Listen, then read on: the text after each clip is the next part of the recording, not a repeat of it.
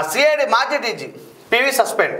సునీల్ కుమార్పై గతంలో కూడా పలు ఆరోపణలు ఉన్నాయి. ఆయన డీజీగా ఉన్న సమయంలోనే అప్పటి నరసాపురం ఎంపీ, ప్రస్తుత ఏపీ ఉపసభాపతి రఘురామకృష్ణరాజుపై థర్డ్ డిగ్రీ ప్రయోగించారనే ఆరోపణలు వచ్చాయి.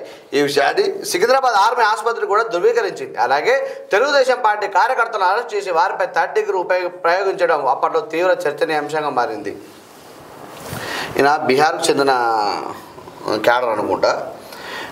ఈయన మొత్తం సునీల్ కుమార్ గారు రఘురామకృష్ణరాజుని అరెస్ట్ చేసిన తర్వాత జగన్ మీద ప్రేమతోనే అరెస్ట్ చేసి వారిని కొడితే నడవరాలేదు.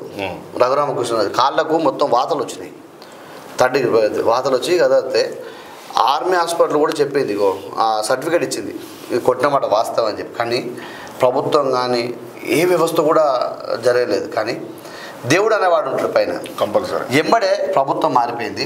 ఇలా ఆయన సస్పెండ్ చేసింది. వాళ్ళు చేసిన ఈయన ఇంకోటి అక్కడి నుంచి ఇక్కడికి వచ్చిండు, ప్రిపరేషన్ మీద వచ్చిండు అక్కడి నుంచి ఇక్కడికి, వేరే క్యాడర్ నుంచి గెలవగలే దెబ్బకి రావచ్చు.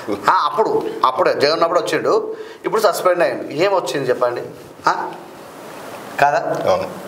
ఇలా అధికారులు కూడా ప్రభుత్వాలు మారుతూ ఉంటే పోతూ ఉంటాయి. కానీ మీరు మీ 60 సంవత్సరాలు అంటే అధికారం, ఇప్పుడు మీరు ఏదైతే 60 సంవత్సరాలు ఉద్యోగ భద్రతలో ఉన్నప్పుడు 60 సంవత్సరాలు మీరు ఉద్యోగం చేయాల్సిందే.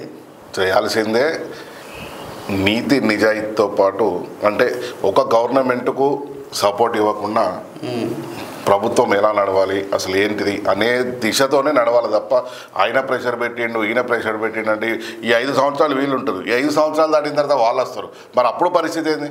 మరి